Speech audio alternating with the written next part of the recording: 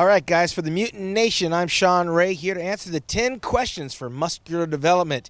I've been getting a lot of emails recently as it relates to the Mr. Olympia competition. A lot of guys are saying, hey, it's too easy these days to qualify. There's too many qualifying shows. There's too many athletes in the Mr. Olympia. What are your thoughts? My thought on that is this. It doesn't matter how many athletes are on the stage of the Mr. Olympia. I participated in the Olympia for 13 years. On one given year, there was only 12 of us competing back in the day. On my first rookie year, there were 26 of us on that stage. It didn't really matter how many guys were on the stage. What mattered was that everyone that was on that stage was a champion and they qualified to be there. And that's really what the Mr. Olympia is all about. Seeing the very best of the best and then selecting the best. So I don't think it really matters how many bodies wind up on the stage, how many shows there are throughout the year. At the end of the day, when you get to that Olympia lineup, you have the very best in the world that qualified by way of winning, and then you choose a winner to be number one. Question number 2. Why is it that it costs so much to be involved in bodybuilding? I just recently did an article on this for digitalmuscle.com where we talked about the cost of being in bodybuilding. Well, now we got to talk about bodybuilding, women's fitness, women's figure, women's wellness, bikini, men's physique, men's classic physique, the whole 9 yards. To be an active athlete today, you're going to have to be prepared to spend a little bit of money. A lot more now than back in the day, because I remember when I came up, you didn't need a lot of money. You just needed to have your tuna, your chicken, your rice, your salad, and a good gym to train at. Those were the basic building blocks of being able to compete on a bodybuilding stage. But now, you've got to factor in the idea that there are coaches who specialize in showing you how to get there, maybe shortcut or even fast track a lot of mistakes. You have the tanning industry, which can be upwards of $100 to $200 on the day of the competition. You have airplane tickets. There's shows all over the world with the NPC worldwide that you might have to buy a plane ticket. Then you got to get a hotel room for not one, but maybe 2, possibly even 3 days. Then you've got your meal prep. You got these specialized meals that are tailored for bodybuilding competition. And you might have to get on a program when they deliver your meals. That's going to cost money. Then you need a posing coach, someone to teach you how to walk in the heels. Then you also might have to have a suit coach. These bathing suits for the women, the bikinis, the rhinestones and all that stuff, it could be upwards of $1,000 for a great posing bikini for a girl that's competing in figure or whatever division you're in. Nonetheless, even you have to factor in supplements, the cost of what it takes to actually supplement your meals and your training and all of that other stuff. And when you factor in your registration fees at these competitions, your membership fee, all of these things, these nickels and dimes, they add up to dollars and cents. So you better be prepared to invest in your physique if you want to get the maximum out of it. The very elusive Pro Card is what we're all after, the IFBB Pro League Pro Card. Well, it's going to cost you a little bit of money. But let me tell you something. There is a reward in that cost. When you start to inch out a few victories and you start to see the world and you're competing against strangers that ultimately become friends, some of them become family. I know a lot of athletes that have married other competitors and have given birth to children, and they've come up through the fitness industry because of the collaboration of the NPC and the IFBB Pro League. The investments certainly can pay off for some.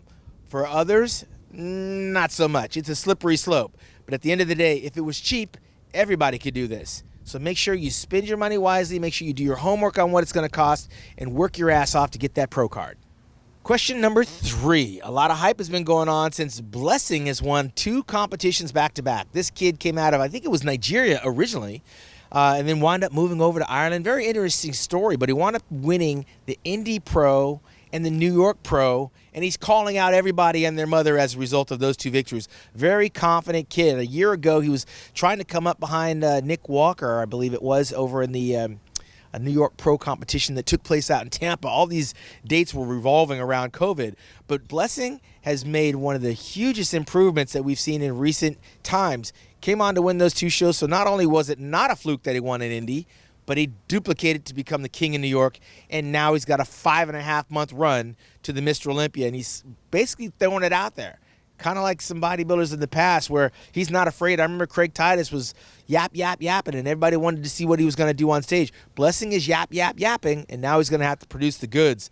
This guy's got a lot of potential. I'm not sure it's going to happen this year, but if the kid winds up in the top 10, that's a huge improvement from a year ago.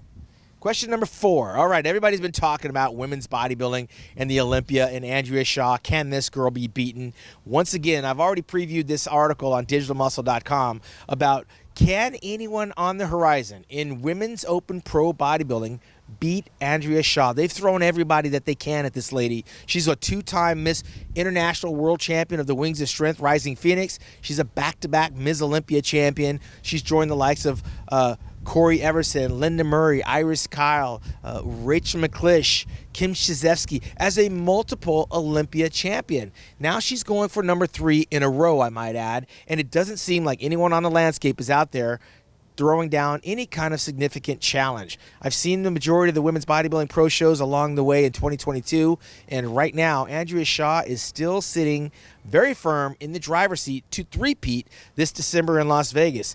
Can she go for 4 or 5? I guess it's going to be a matter of whether or not her interests are still there, or whether or not she gets injured. Is she going to be hungry? She's on record already as saying she wants 11 before she's done. Iris Kyle has 10, Linda Murray has 8, and then you got to drop down to Corey Everson with 6. It's a long road to number 11, but right now she's eyeballing victory number 3 at this year's Miss Olympia Championships taking place at the Planet Hollywood in Zappos Theater, December 16th to the 18th in Las Vegas. We'll find out this December. Question number 5.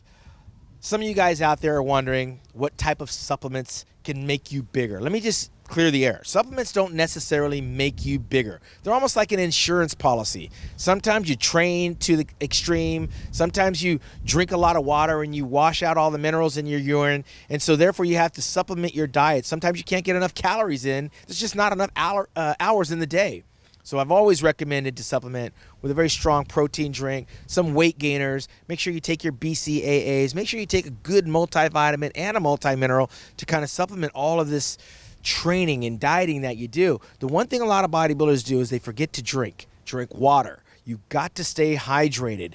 Drink as much water as you can. It's going to make it a little bit tougher when it comes to getting all those meals into your system throughout the day. I recommend 6. Eat 6, 9, 12, 3, 6, and 9. You get your 6 meals and supplement throughout the day on whatever weight gainer you're trying to take or protein drink that you're trying to get in.